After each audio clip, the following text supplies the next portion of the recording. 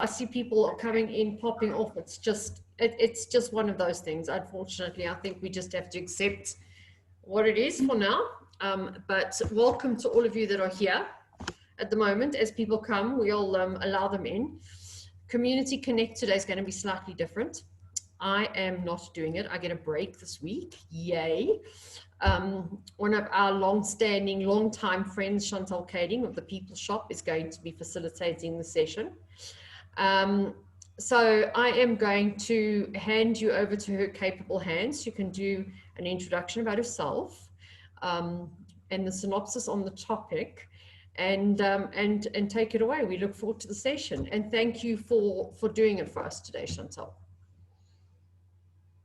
No problem. It's like Jameson Station at People Shop today. My IT person's in and out, and yeah, there we go. Thank you very much, everybody, for attending. It's wonderful to see all of you, and I'm just going to jump straight into it. So, an area which is very close to, I will introduce myself a little bit. So, as Tanya said, I've been a friend of People Shop for it's now pretty much my 20th year in the supply chain industry, servicing particularly, or let's say being particularly focused on the people side of the supply chain. And as we've kind of grown and matured as a business, we've moved from talent acquisition more into the coaching, advisory, capacity building area. And an area which for us is a very big passion side would be coaching and mentoring. And that really is kind of what we are kind of talking about today. So I'm going to do a quick screen share to make sure that it actually it comes on. I see that I am able to screen share. So if I just press the button and go to that, there we go. I'm hoping that you guys are able to see my screen, but sorry, I need to just, so it just actually shares. Second, I'm not that friendly. Hang on, let me try that one more time. Oh, you can now see my whole screen is supposed to stop sharing. I'm going to breathe. Advanced, only a portion of the screen. There we go. Now I believe you are able to see a PowerPoint presentation, and Tanya's giving me a thumbs up. Fantastic, beautiful. So, topic for today is mentorship for change, the impact of mentoring on empowering individuals and talent to foster inclusivity. So I think my first kind of question is why mentoring matters. And I think if you think about it, in this lockdown again, we've experienced it, is that no man's an island and no woman's an island either. And in order to accomplish success, it's not done alone. Sometimes we need a village, we need a tribe, we need people to be able to help us be pulled up to the next level of where we want to kind of reach our goals to. And then we're going to get into 2020, and I think, you know, people kind of use it to, we can't stop speaking about the surprise that 2020 has been. But in so many ways, it's been beautifully revealing in the sense of traditional ways of managing and leading in the workplace is no longer working. Coaching and mentorship, I believe, is never been more effective, or it's an incredibly effective way to get the individuals to become self-starters, become motivated to work, especially even more so now with this work from home standard we're having across the board. The other part about kind of coaching and mentorship is improving how much it improves accountability, responsibility, and drive for results. So where we used to focus on people in seats, when we use the word bums and seats, that no longer is working. It really is about what we're able to deliver. So coaching and mentorship in the technology, it's about managing fears, fostering a work-life balance. I think it's never been more prevalent and on people's top of mind. Is really the key about this work-life balance and the requirements for effective teams, management, and leadership. So if we look at coaching and mentorship, I think the words are oftentimes used so interchangeably or seen as one theme, but there is very subtle differences between the two. So mentoring is about learning from someone else, from someone else's wisdom and from their experience. Coaching is learning to master yourself to gain wisdom from your experiences. So although coaching and mentoring go hand in hand, a coaching relationship or a mentoring relationship can span over many years or areas of your life, where coaching oftentimes we find is over a shorter period of time. So let's kind of dig a little bit deeper into this anomaly of coaching versus mentoring, particularly in the workplace, and its power and impact within the work environment. So coaching really focuses on efficiency, where mentorship is about effectiveness. So coaching really is about not just about your management skills being repackaged, although coaching draws on certain of your management skills and competencies, it's kind of broader than that. So management, it deals with supervision, evaluation, and meeting objectives. It deals with the employees' growth, their development, achievement, being able to move roadblocks away in order to enhance their activity, their creativity, and their performance.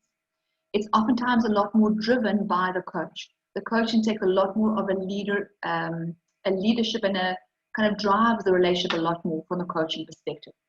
On the flip side, in terms of mentoring, really, as we said, it's focused on effectiveness. It really is a two-way street that benefits both the mentor and the mentee. There's a lot around kind of role models driven by the mentee a lot more. More importantly for companies, it can be able to elevate the quality of the work we have. And I think, again, in this period, we've seen that it's not just about the quantity, but about how well we're able to deliver under these stretched time periods, more demand, less resources. Being able to elevate the quality we present is so important. Increasing productivity, showing up in terms of employee retention. Again, also, mentorship has a beautiful direct relationship in terms of staff and people retention. The next one is networks, and I think we'll touch on a little bit later, but in terms of the power of networking, the bigger your circle is, your network of people, you raise your average by default. So fostering your network is critically important, and mentorship really gains, helps and advances that area. Creating a more positive work environment, again, is another really beautiful benefit in terms of being able to create a better positive working environment. I think we've seen over the last couple of months in our organization, through the clients we're dealing with, is how the whole debate around mental wellness has become so prevalent. So being able to create a engaged, positive working environment is never been more important. So the kind of glue between both the mentorship and the coaching is around being an exceptional listener. Listening skills is oftentimes so much more paramount, and I see that in my own company, I see it in the people that we deal with. That's one of the most critical skills you can develop is being a really great listener, an active listener. So they say beautifully, or someone very unknown said, a coach has some great questions for you to answer.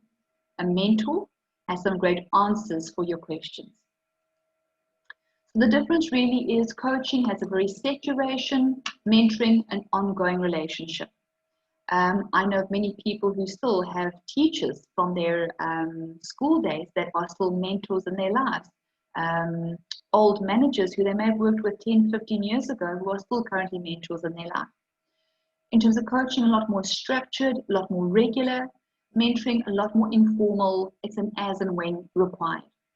In terms of coaching, it doesn't need to be in the same profession. So coaching really is around your soft skills and your competency. You really focus on those areas a lot more. Where in the mentoring space, it really is people who you've got, your mentors might have a long-term kind of focus, but also a broader view. So in terms of coaching, we focus on development areas, but in mentoring, it really is career and personal development.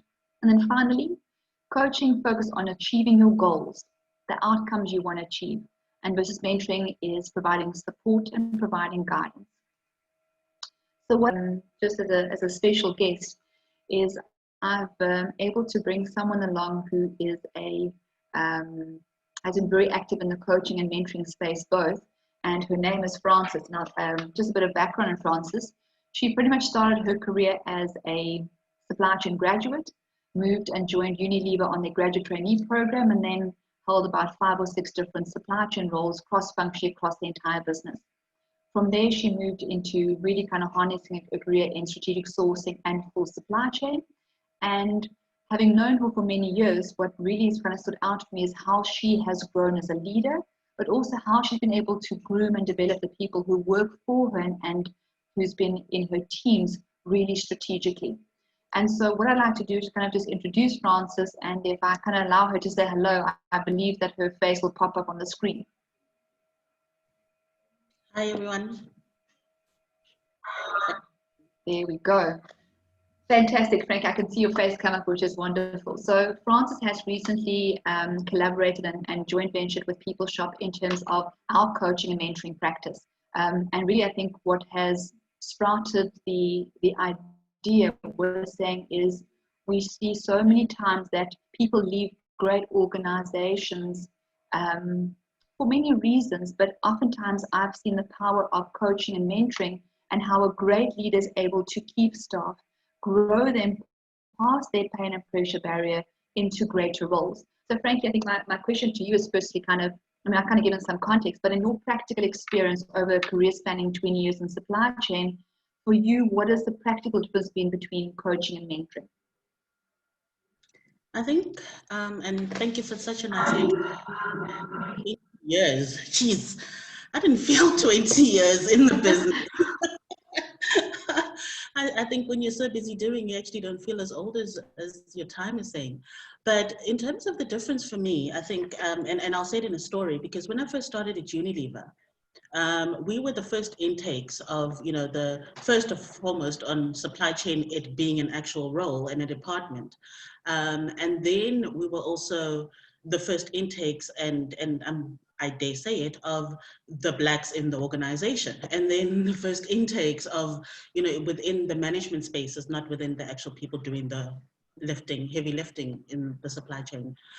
But, and I had a little bit of a problem trying to figure out how to fit in, because one, I was a young Black kid walking into a male-dominated white environment.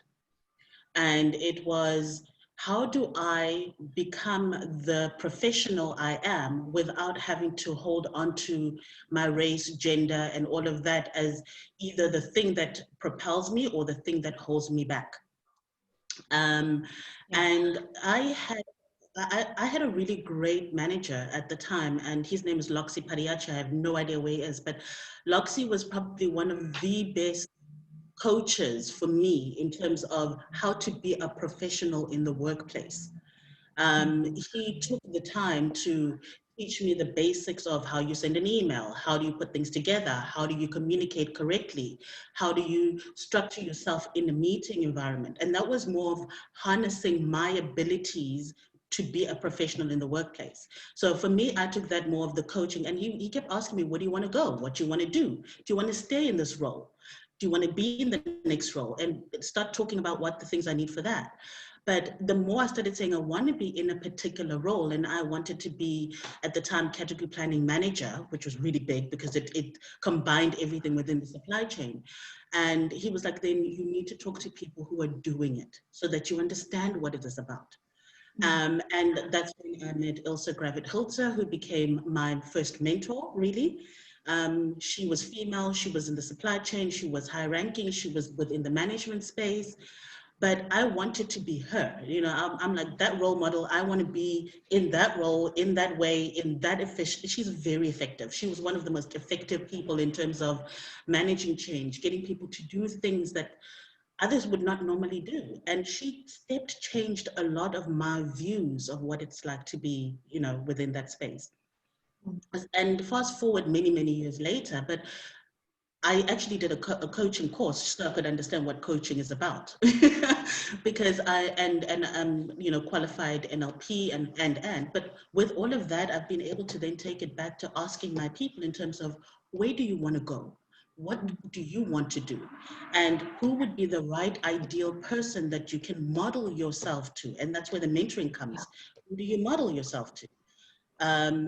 I just, you know, I was in CHIP, and there was a lady in CHIP who, she became senior supply chain director, and she had been moving around in the organization. And I was like, I want to be able to learn how to maneuver and navigate the political landscape of that level. Mm-hmm. And that was going to her and saying, hi, I would like for you to please mentor me in terms of how does one navigate the political landscape within the organization, within the supply chain environment? How do we get, and, you know, I also had a really great gentleman, Jean, I need to pronounce it correctly, but he's a supply chain director at CHIP. And for him, I was saying, coach me on how to run effective meetings as a supply chain director. How do I get the best out of my people, that it will be the best for the organization? So I hope that helps. I think it's so, I think it's so often that we see training courses on particular, it's very easy to find training courses on the technical skills, how to do a negotiation, how to do IBP, those type of things. Those are easy to find, but there is this almost like unspoken rules of engagement when it comes to senior leadership and director engagement, which you, in my experience, is you either learn them by the school of hard knocks, or you need to have a coach or mentor who guides you through those and saying is, here is the unwritten rules, and that you need a person who's been there and got the done t-shirt. Correct. And I've been using it a lot. I think when I got my first big massive team, I had no idea what I was doing. I had no cooking clue, but I was site logistics at one of Unilever's big factories, and I had an inbound logistics team of, you had inbound, like 24 people, and then I had production planners, and I had material planners, and I was running a project at the same time to try and put digitalization into the space, and it was so hard to try and figure it out because we tend to assume we can do it on our own. Yeah. And I needed to actually go to my manager at the time and say, I need help to manage this team because I don't know how. Mm-hmm. So by teaching me the skills and the norms, can I watch you do it in meetings? Can I watch you chair a meeting? Can I watch you go into a union negotiation? So that I can start seeing how that is done. Mm-hmm. But not only did I do that with her as my manager, I had to go to I went to somebody who was a lawyer in labor relations to say, I need to understand what labor relations is all about, and I need to understand how union mindsets work. I got to talk to a shop steward, and I was like, guy, I need you to mentor me on how to pretty much talk to shop stewards without it becoming a battle. And out of that, he pretty much taught me, you go in there and we will sync you with facts, but you need to be able to know how to pull yourself out of the facts. That wasn't, it was, and I had to sit down and watch him do it as he was working with management to try and get the best. And I would do that with my team as well. And I say to them, I'm like, this is what you want to do. If you want to do it, go learn it from people who are actually doing it. Go ask them. And that started a peer-to-peer mentoring process that I've been doing with my teams. I'm like, I want to know who your mentors are, your peers above and below. I think that you kind of touched on two things, and I want to I think there's one thing is that some people, let's just go to the first question, you kind of touching on your teams, let's close that loophole first, is how have you, again, because I've known you for many years, I've seen you be successful at leadership, and I've seen you be successful at literally grooming the next future leaders. What has been your sort of a recipe or approach in terms of coaching or mentoring, whichever tool you've used and to what way, with the team that you've kind of held, thinking particularly about the Unilever time and a check particularly, and also at Transnet?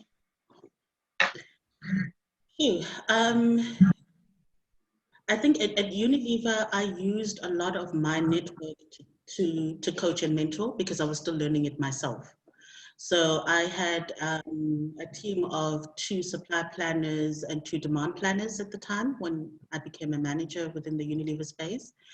And I was ensuring that they go and speak to the marketing team, go speak to the procurement team, and come back and teach everyone else what you learned so that we all learn as a team how to navigate the space.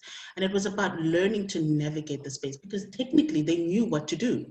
They know, technically you know what to do in terms of forecasting. You know how to run a forecasting and demand planning meeting. But how do you get the people in the meeting to, buy into what you're selling? How do you get them to show up when you need them to show up? How do you get them to help you out when you actually added an extra 0, when you were doing your your forecasting, and therefore you've got a heck of a lot of boxes coming in, so it is learning how to become a community member with people that they're willing to work with you, not just because you know how to do the thing, is how do you become human with them. Yeah, I think something which you touched on earlier, but also now is kind of saying, for me, it's about almost, it's giving people, I think, placing faith in them, and by doing that, guiding them so they can be able to do the confidence.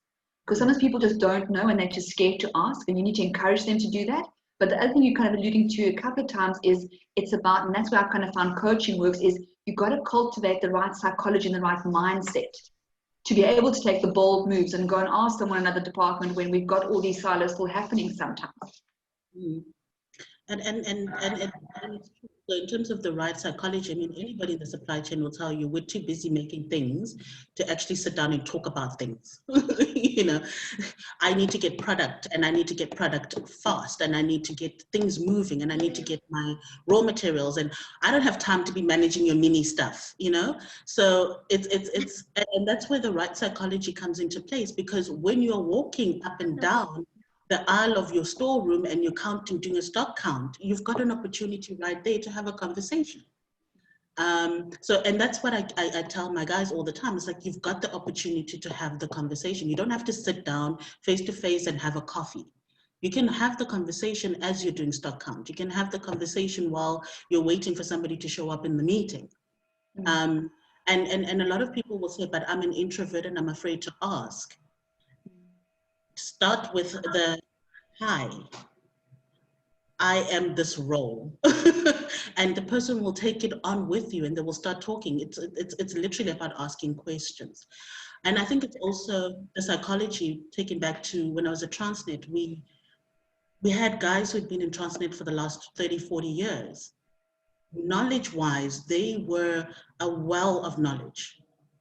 Technology-wise, they just couldn't keep up because we're rolling out SAP and you have to use systems, and you get somebody who will take out their calculator trying to calculate rows and rows and rows of data. And it was having to learn the concept of what they call reverse mentoring, is getting a younger individual coming to have a conversation with somebody who is the wisdom leader and saying, you're really great at what you do, and I'm going to learn a lot from you, but let's do the barter system. You teach me this, I'll teach you Excel. And that's how the team started to integrate. Because I was saying, go talk to them, but learn from them so they can learn from you. It's learning, it's those type of things, Chantal. I think it's, I don't know if I've seen it somewhere else, but it's come up to me the last one, it's about a learning mindset. I think we're so set in what you said, what we have to do with saying is, if you come into everything in life with a, almost like a beginner's mindset, is saying is, what do I want to learn and what do I have to learn from you, and vice versa. It isn't always a hierarchy, but it's saying is, what everybody's got something that someone else could probably learn from. So it's about this beautiful engage of energy, which I love.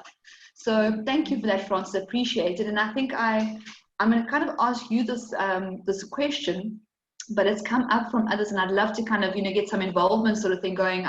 I think that's kind of how we run these things. But someone kind of put out saying is, I'm going to mispronounce, but I think it's Gamu Charai, who said, some managers are not great coaches or mentors. So I think maybe my question to you first is saying is, Francis, in your experience, when people have not been natural, you know, what is maybe 2 or 3 kind of secrets you've been applying that has helped you for yourself or for others who were not natural at kind of being a coach or mentor to others? And then throw it out to the audience. Hi, Chantal. Maybe I can clarify. How are you, everyone? I missed you here. Hello. I'm okay. And I had to put my video on because, yeah, you must see me. I love it.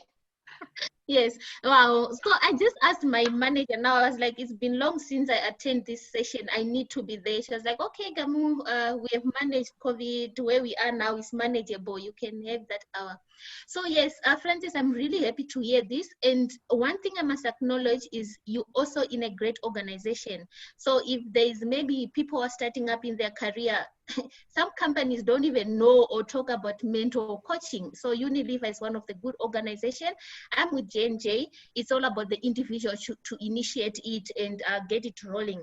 However, in my previous encounters, I had a manager who I approached, very welcoming, and he was very clear and said, you know what, mentoring and coaching is not for me. I can teach you the technical stuff. We can go through the knowledge of doing your job, but being mentoring you and coaching is not for me. So fortunately he referred to me to one of the his colleague who was almost same level, and said, you know what, so from the engineering projects department, she is a good mentor, and I know you guys, you get along very well. But I also get caught up, this is my manager, this is not someone from another department. Of course there was a thumbs up, but I'm like, how will I manage this? And like you mentioned, it's all about product out. I was in production that time, and it's all about meeting targets. So I don't know how you can touch up on that, where you find yourself, you really want to be mentor and coach, but it's not your direct report manager who is open to that. Because I think this goes both ways, the person who's being mentored and also the mentor as well. So it can be this person is not what they want to do, or it's not them, and also the other side. So maybe I can open for someone who, because someone replied to my comment and said some managers or personnel are not up for mentoring. Also, if it's an organization, you are there, there's not that culture, you don't see it. What do you do if you are starting up your career? Thanks. Okay, so that's a really good question. Thank you so much. I think I will use one example. I had one manager who he basically said, as we first started, he's like, first and foremost, I don't know where I'm going in my career, so I'm not going to be helpful to you about yours. That's my manager. He's like, I don't know where I'm going in my career. Secondly, I have got enough on my plate to be stressing about work. You need to deliver. I don't have time to make you deliver. So you figure it out. And so I was like, oh, holy bananas, how do I handle this? And the way I actually worked it was in the meetings that we were at, it would be my manager and his colleagues, so his peers. And I identified a peer of his that I knew would be able to, who was an inspirational leader. Because the thing is, it's understandable, not everybody is for that. Yeah. Identifying who's your inspirational leader and saying, Guy, there's certain things that I'm not sure what I don't know. You know, from an informal mentoring, because in the workplace, you've got informal mentors, but some companies have got a formal mentoring program. So right now I'm talking the informal mentoring side. And it was, but what the advice he gave me was, whatever you coming to me about, I do not want to know how badly your manager is managing you. Wow. Okay. Because this is not about how your manager is managing, it's about how you are managing your career, how you are managing your workload. So the conversations we're going to have is going to be about you and what you are going to need to do. So he gave me a different perspective, because then that allowed me to then go so that my manager doesn't feel like he's being talked about. And that's where we complain, right? We complain about our manager. Have this conversation with you back then, because wow. So that was the most helpful one. And then you've got companies that have got formal mentoring processes, and they match you up with a formal mentor, and that has got an actual agreement set in place that says, this is what we talk about, this is the time we meet, this is the outcome. So that actually has almost a workplace HR outcome-based agreement. So it's also those put in what you can talk about in terms of whether you talk about another person or not. Does that answer your question? Yeah, it does. Because my concern was that time when production, the person was identified as a mentor and coach, she was in projects and engineering. So in meetings, we knew those two departments were always at loggerheads. You didn't do this, you didn't. So in the end, I had to let go of that opportunity. And yeah, maybe if I approached and I knew this, I was going to say, okay, I'm not here to talk about our performance as a department.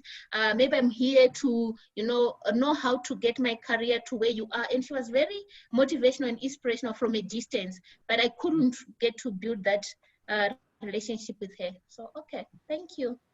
Right. I think that's a good point also. So I think it's so important to kind of preset the stage of what the relationship's going to be about. What is the focus? What are we going to talk about? What are we trying to get out of it? Because I'm a proponent of, you can learn something from anybody. It depends what you choose to do. And it might be you don't want to know about their projects environment, you want to learn about how to be more inspirational. It's this is a skill I notice in you that I like to aspire to learn from you. And it doesn't have to be like I'm saying is I'm not a great person to learn physical exercise from. But when it comes to like mental strength, I might be a great person to learn from. And you always want to have someone for every part of your life. And to, again, they speak about the 5 is to raise your average across the board. So I've got a quick question, which I'm going to kind of pose. And I don't want to screen share and take everybody's faces away. But saying, I think the question to those who are on is saying is, who pulled up your hand in the workplace? And how do you continue to grow as a leader? Or discussion. So that's not to me. That's to everybody. Okay. Thanks, Francis. But yeah, whoever wants to answer, and if they don't answer, Francis, I'm going to pick on you. Tanya always does that. Who can I pick on? Right, Tanya? You can pick on anybody, just not me. Thank you very much. Wonderful. If anybody would like to unmute, I'll probably be able to see your buttons kind of go unmute. But Francis, no one's answered yet. I'm just going to maybe ask that one to you. Well, I mean, I think you've actually touched on who's pulled you up, but I'm saying from a leadership development perspective, potentially is how do you continue to grow yourself from a leadership perspective? Geez, that's a tough one. Like, how do I continue to grow myself? But I think it's putting things into practice. Starting out at Unilever, and I will say, you know, so I had a long list of mentors and people who pulled me up. So I had the Ilsa, I had Loxy, and then I moved into Transnet, and I was fortunate to have Karen from Viren as one of my mentors and coaches at that time. And she worked tirelessly to make sure that within the procurement space and strategic sourcing, we were all pulled up, you know. And with that, I have taken all of that and I went into a CHEP environment, and you know, so building CHEP and in terms of the procurement space and strategic sourcing, so coming from transactional to strategic sourcing being the project I was on, it meant taking a lot of young buyers and understanding whether they actually have the will, not the fortitude, but the will to be something more than that, you know? So some were saying, I'm perfectly fine being a buyer, but can you help me be the best buyer I can be? Others were saying, I want to be a category manager. What does that entail? And with that is, as I kept working with them and having knowledge sharing sessions, I learned a lot more from them in terms of some of the things that I was missing out, than I think they probably did from me. So I think that's also what helps me with my leadership in terms of learning from others and being open to others. I do have peer-to-peer mentoring, and I do go above a level up, and I talk to people who are on boards and people who are CEOs, and I go to networking events, and that's where I meet people. And even now in the time of COVID, I mean, we had 2 networking events, Chantal, through the People Shop, which was Mentoring for Change, where we had, you know, women in leadership and the male perspective of women in leadership. And out of that, I met one of the most phenomenally inspiring gentlemen by, you know, Trevor Harding. And just by meeting Trevor Harding in 2 weeks, a lot of my leadership has just changed in terms of my perspective. So it's how you use the network events as well that helps with the leadership space. Agreed. So I'm going to ask I think I'm going to ask the same. Kolofela, your name is coming up straight to my eyes. So my question to you, and I'm wondering if you're the same, I could be misunderstanding, but you might have been a younger person who came on a previous time, but I could be confusing you.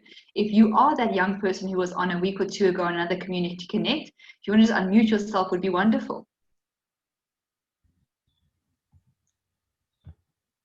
Oh, hi, can you hear me?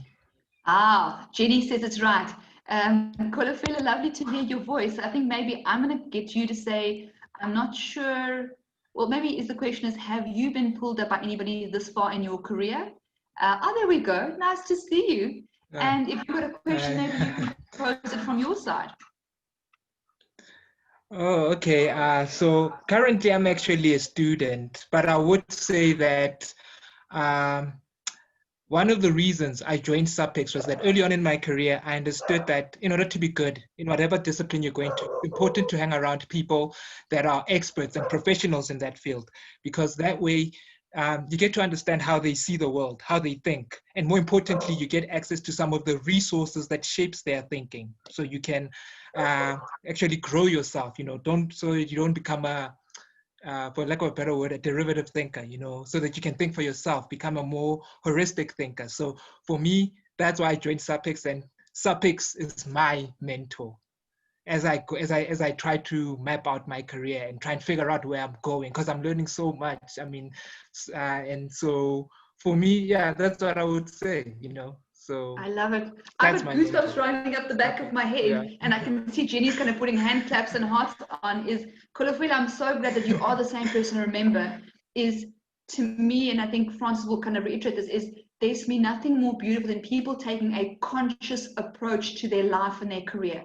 I can see and hear that you are intentional about where you want to go, and that puts you ahead of, I would say, 80+% of the world. So I'm like, you know, you could only, you're grooming yourself for success. And that for me is fantastic. So have you got any kind of question you'd like to ask from a coaching mentorship perspective, because you've got the floor at the moment? Nothing comes to mind at the moment, but I'll type it in the comment if I do have something. Beautiful, fantastic. So let me ask the next question. Oh yes, please. Picking up on what Kolofelo said, I think the one thing that we need to also just bear in mind is when you get a mentor, you are the one who's going to go ask the mentor. The mentor is not coming to you and saying, I want to mentor you, because you need to show the will that you want something. That's the difference. Where coaching, you know, somebody can say, do you want to be coached? Okay. So true. I actually had someone totally out of the blue call me about 2 weeks ago and saying, Chantal, I've known you for probably like this, but maybe I've known her for about 2 years. And she said, you know, I've got some aspirations in my life and you feel me be the right mentor for that, you know, and she had to be bold and kind of ask the question. So yeah, beautifully noted, Frankie, appreciate that. So the next question I've got here is saying is, and I'm going to kind of pose it to the next person as soon as I kind of ask the question, is how are you opening doors for the next generation of leaders? And not knowing some of the people in the call, I'm just going to kind of say is, Mulisa, if you're willing to open up your mic and kind of answer that question, would be lovely to kind of hear your perspective on that and maybe your background as a starting point.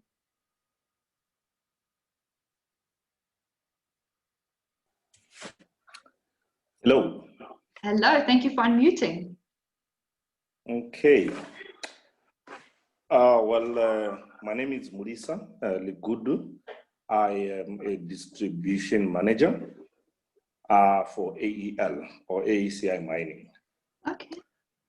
Okay, in terms of your question, it is something that I want to do, but for me, for myself, it's something that I actually wish that I had, you know. I actually approached someone earlier on in my career and I had a mentor or a coach, but yeah, which I never did. And I do have young guys coming in. There is one specific one who's quite constant.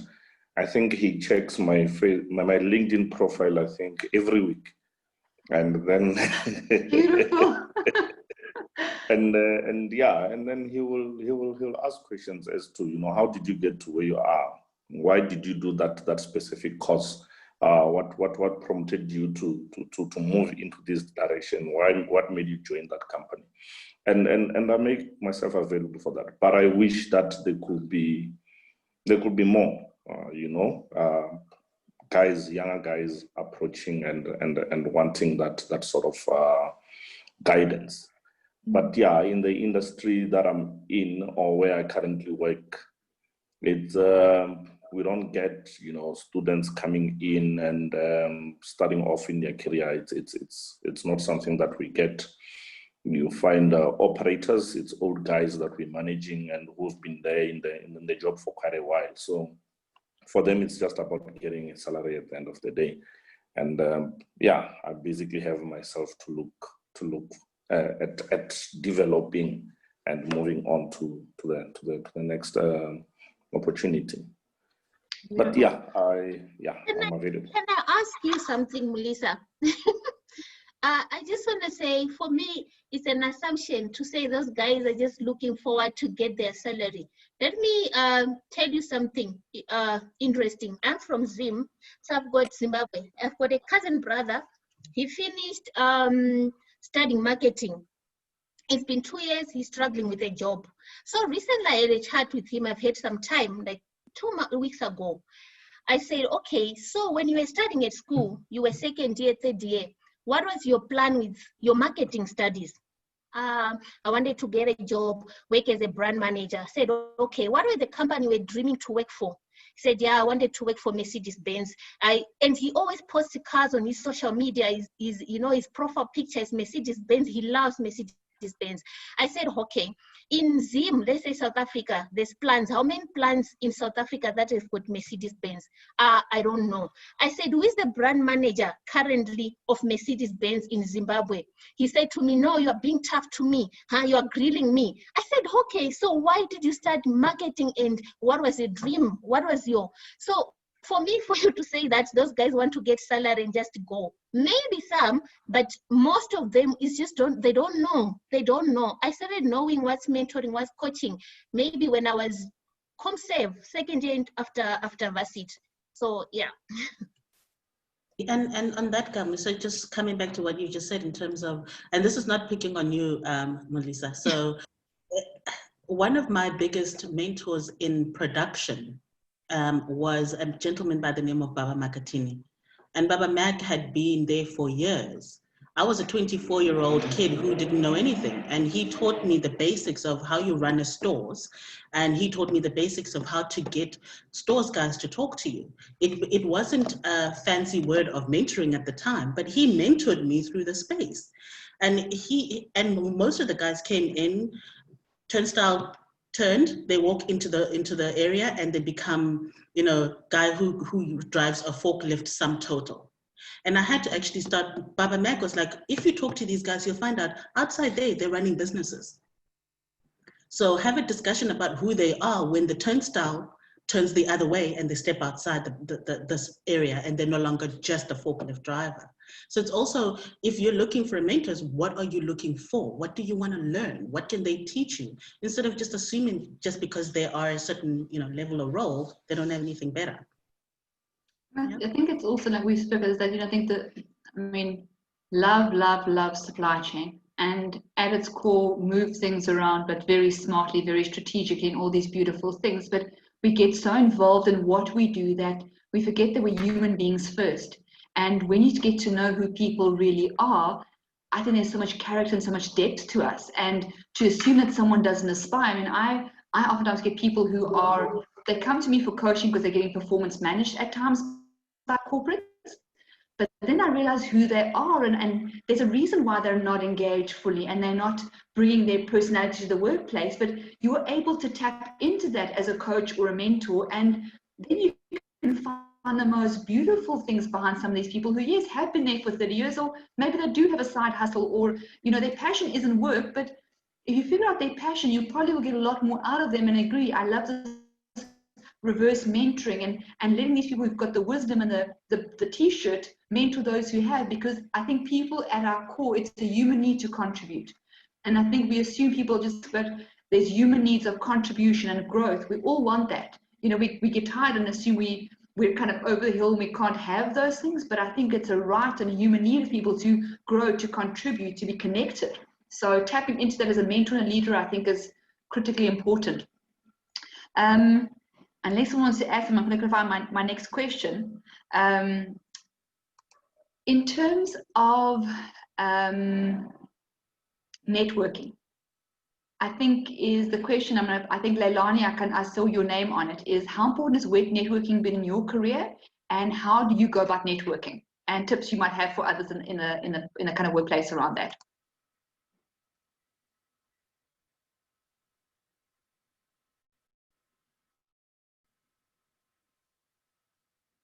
So Leilani, if you would mind to unmute, if you're able to. If you're not able to, then just send a note in the group to let us know that you're not able to unmute.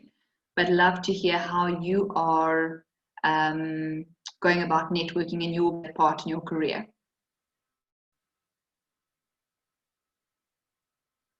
Nothing's happening, Leilani. Elsevier, if you're on, would you like to unmute and kind of give your point of view on the question?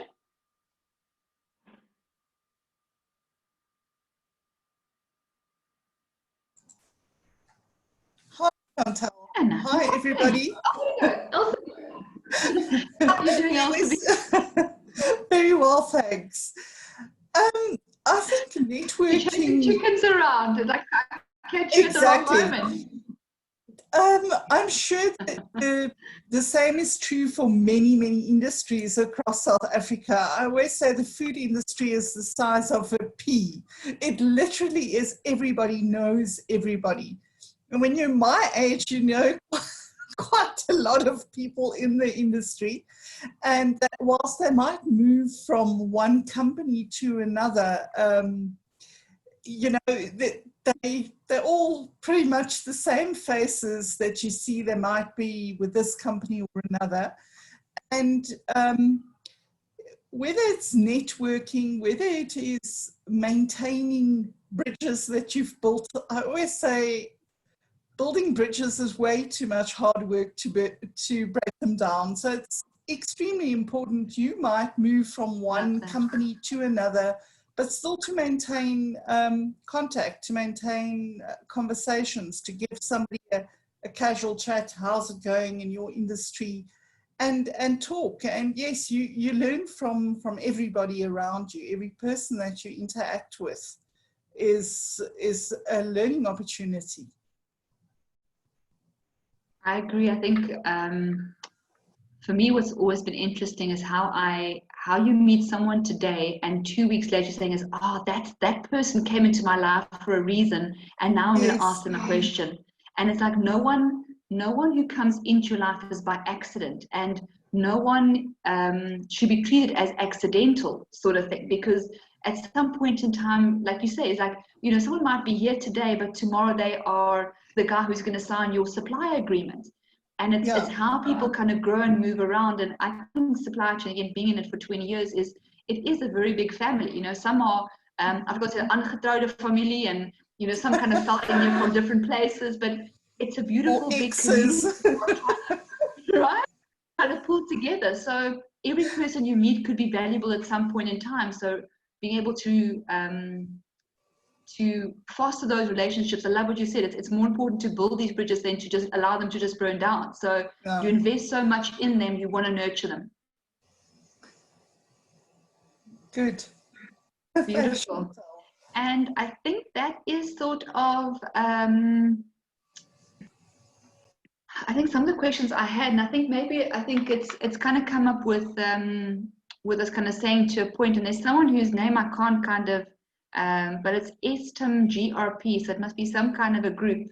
So I'd love to kind of hear your voice, because we haven't yet. So if you wouldn't mind to unmute, you're very welcome to do so. And maybe just kind of give us your experience around coaching and mentoring and the value of it.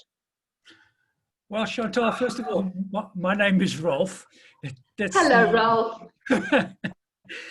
I would just like to just ask your views, looking at things from a different perspective. You know, I've been in industry now for nearly 40 years. I'm at the end of my career. So the mentoring and the coaching I would do would probably be from the other side. And just to quickly paint the situation, I'm in the, and dare I say it, unfortunate position that I work with a lot of accountants and cost accountants. And there are times when, to be honest with you, their focus, their blind focus on numbers is absolutely stunning. And sometimes you want to just say to yourself, what the beep beep are you thinking? You know, and they don't understand flow. They have no idea of theory of constraints and this kind of thing. And sometimes I'm going to say, force mentor them into some common sense. And I just wanted to get your views on mentoring from the other perspective. In other words, shall I say at the old stage, looking down and saying, hey guys, things don't work like that. Let's do a bit of a reality check here. Thank you. Agreed. I'm not going to say something. I'm going to Francis to kind of chip in here as well. You are my favorite kind of people, because one of the things in my life is saying is that I've been very blessed with a lot of elders in my life, and they are the people who I think create some of the biggest character in me as a human being. And for that reason, I have a great respect for people who are coming from 35 and 40 years of work experience, because there's so many beautiful things you've got to share. And I say people all the time is, I'm 40 and change, but why don't you rather learn from me the things, or now in your 20s, if I can teach you something that saves you 15 years, why do you have to struggle with me? It took me 20 years to learn certain things. And you have this depth and this well of information, which is important. And I think for me as a human being, I think it's our responsibility, but let's say I'm a bit of a rule breaker and a challengerist to a point, is if some things in the world don't work, you need to have some people saying is, you know what, do the sense check and saying is, I love that we done it this way, but it no longer serves us. Because otherwise we'll never have the change you want to see in the world, you know? You've got to sometimes not just be the change, but you've got to activate at the same time. So Ralph, kudos to you. I'm with you. I'm saying is if it's got to be a bit force-fed, you know, tact and all those things are important, but sometimes you do it gently and sometimes you do a bit more of a forceful nudge. So I think you've got lots to share, and I think it's sometimes the young voices won't be heard. A mature voice might be heard more.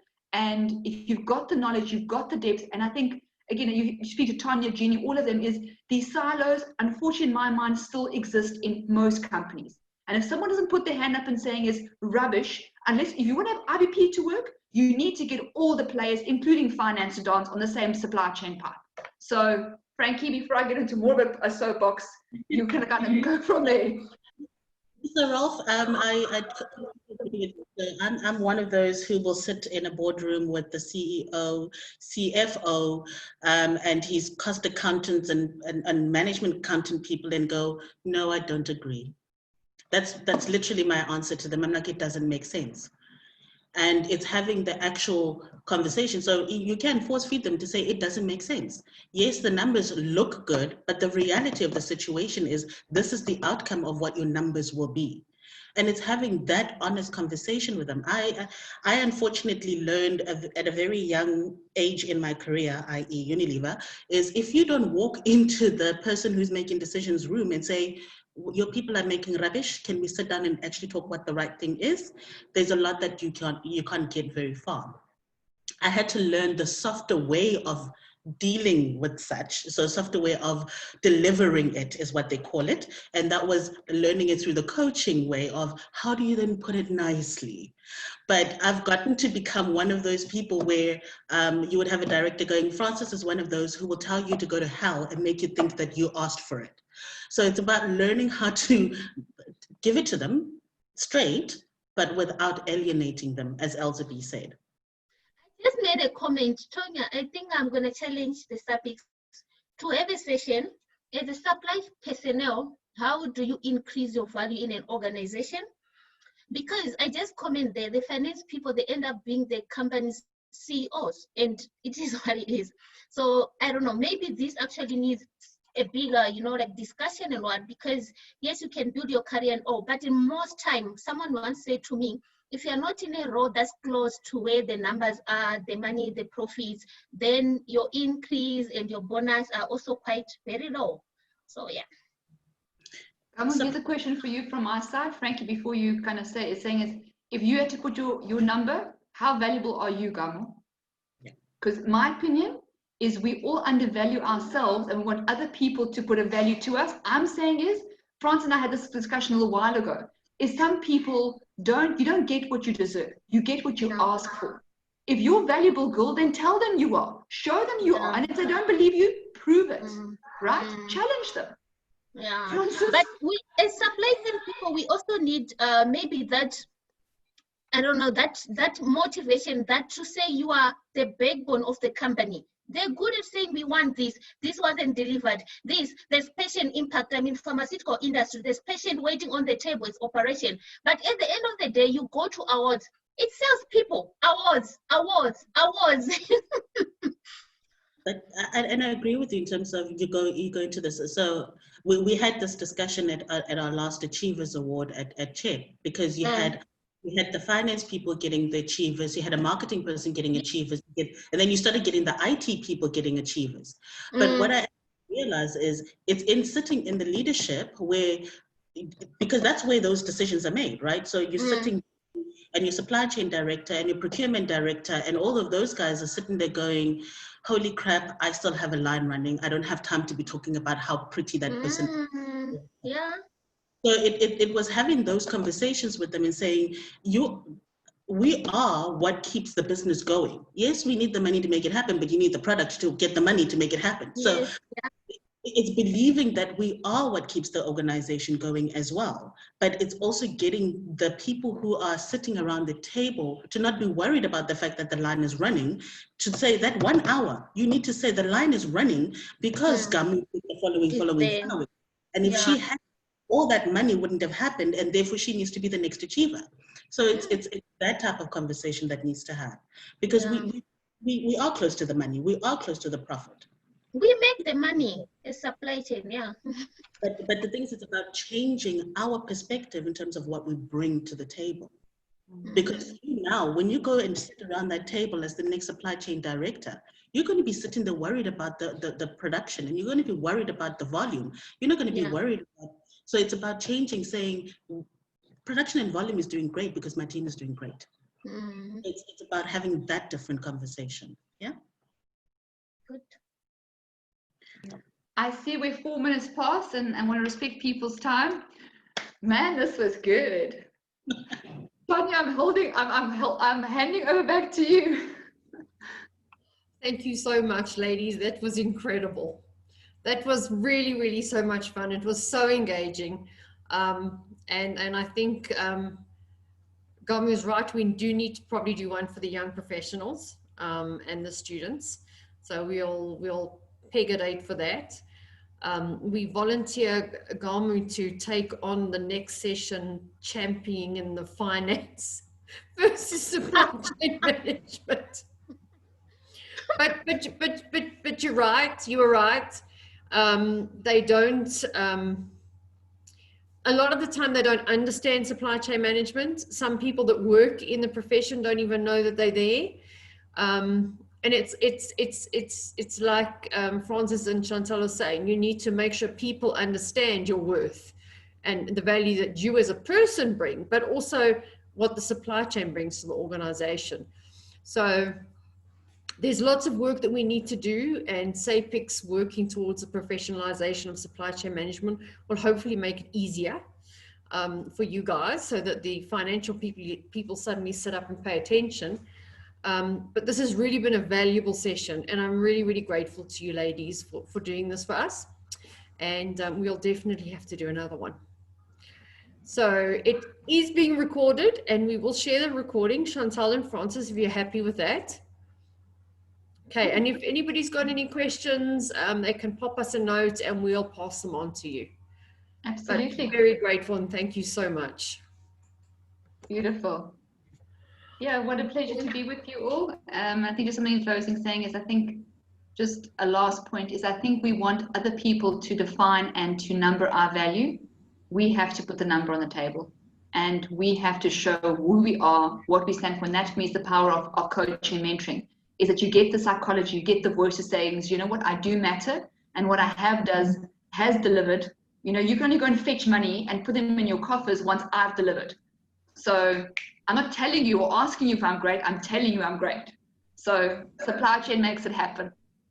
Thank you. They will hear me. Thanks. Much love, everybody. Nice to meet you. Thank you, everyone. Bye, Wonderful. everybody. Bye. Thank you. Bye. Bye.